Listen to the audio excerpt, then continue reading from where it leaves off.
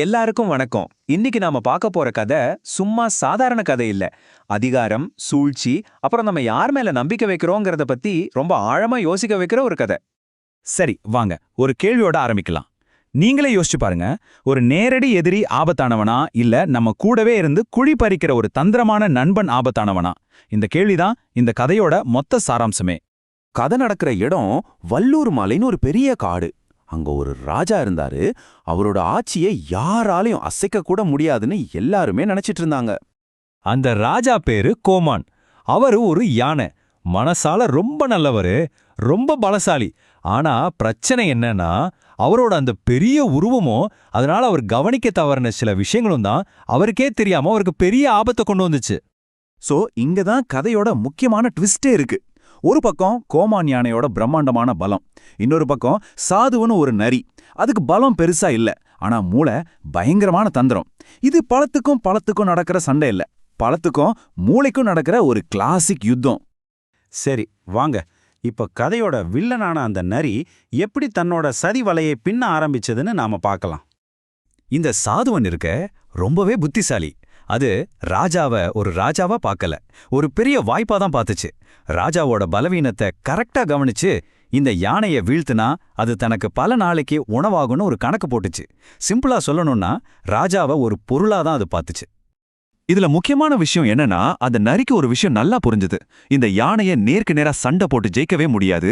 அதனால அது வேற ஒரு வழியை தேர்ந்தெடுத்துச்சு. அதுதான் மனரீதியான போர்.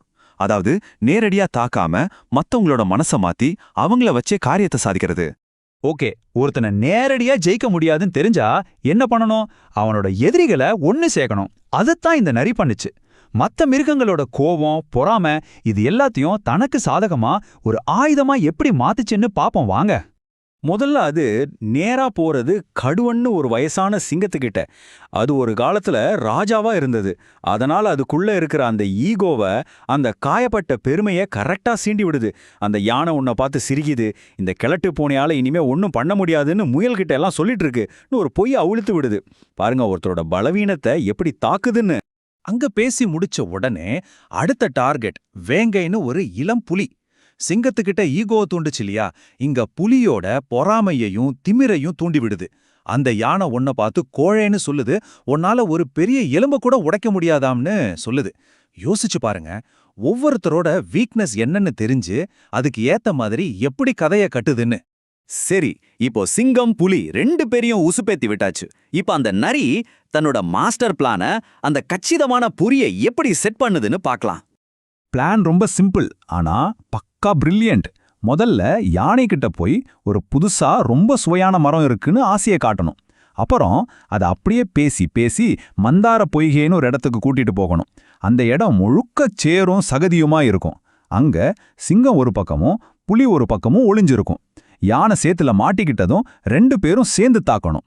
இதுல சூட்சுமம் என்னன்னா, யானையோட பலமே அதோட பெரிய உடம்பு தான். அந்த உடம்பையே அதுக்கு எதிரா மாத்துறது தான் இந்த பிளான். இந்த சதிக்கு தலைமை தாங்கிறது நரிதா. ஆனா அது கேட்ட வேலை என்ன தெரியுமா?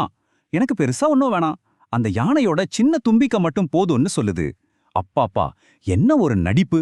இப்படி சின்னதா ஆசைப்படுற மாதிரி காட்டி இந்த மொத்த சதிக்கும் மூளை நான் தான்னு காட்டிக்காம எவ்வளோ புத்திசாலித்தனமா தன்னோட பங்க மறைக்குது பாருங்க. சரி, பிளான் ரெடி, ஆட்கள் ரெடி. இப்போ கிளைமேக்ஸ் தான். கச்சிதமா போட்ட திட்டம் கடைசியில எப்படி ஒரு பயங்கரமான நம்பிக்கை துரோகத்துல போய் முடிஞ்சதுன்னு பாப்போம் வாங்க. எல்லாமே ஒரே நாள்ல நடக்குது. நரி சொன்னதை நம்பி யானை அந்த சேத்துல போய் மாட்டிக்குது. பிளான் படி சிங்கமும் புலியும் தாக்குது. ஆனா யானையோட பலத்துக்கு முன்னாடி அவங்களால நிக்க முடியல. அடி வாங்கி தப்பிச்சு ஓடிடுறாங்க. இப்போதான் அசல் ட்விஸ்ட்.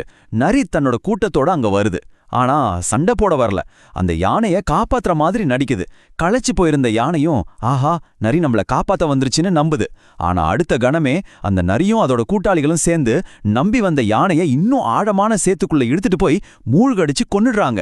யோசிச்சு பாருங்க, இது எவ்வளவு பெரிய துரோகம்னு. சோ கடைசியா ராஜா செத்துட்டாரு, நரி ஜெயிச்சிருச்சு. சரி, இந்த கதையோட முடிவுல இருந்து நாம என்ன கத்துக்கலாம்? இந்த கதை நமக்கு சில முக்கியமான விஷயங்களை சொல்லுது. முதல்ல சிங்கத்துக்கான பாடம், கோபத்துல இருக்கும்போது யார் சொல்றதையும் நம்பாதீங்க. அடுத்து புலிக்கான பாடம், பொறாமையும் அகங்காரமும் நம்மளையே அழிச்சிடும். ஆனா இது எல்லாத்தையும் விட முக்கியமான பாடம் ஒன்று இருக்கு. அது என்னன்னா, நம்மளோட நேரடி எதிரியை விட நம்ம கிட்ட பிளான் போட்டு நம்மள பிரிச்சு நம்மள வச்சே காரியத்தை சாதிக்கிறானே ஒருத்தன், அவன்தான் நிஜமான ஆபத்து. அன்னைக்கே அந்த நரிக்கு யானைக்கொல்லின்னு ஒரு புது பேர் கிடைச்சது. ஆனா அதோட வெற்றி அந்த ஒரு நாளோட முடியல. அது ஒரு புது ஃபார்முலாவை கண்டுபிடிச்சது. அதாவது பலம் கம்மியா இருக்கிறவங்கள ஒன்னு சேர்த்து பலசாலிகளை எப்படி வீழ்த்துறதுன்னு கத்துக்கிட்டது. அந்த உத்திய அது இன்னைக்கும் பயன்படுத்திட்டு தான் இருக்கு. இப்போ உங்களுக்கான கேள்வி, இந்த கதை காட்டுல மட்டும் நடக்கிறது இல்ல, நாம வாழ இந்த சமூகத்திலயும் நடக்குது. உங்களை சுத்தி யோசிச்சு பாருங்க. உங்க வாழ்க்கையில, உங்க ஆபீஸ்ல, ஏன் இந்த உலகத்துல அந்த நரி யாரு?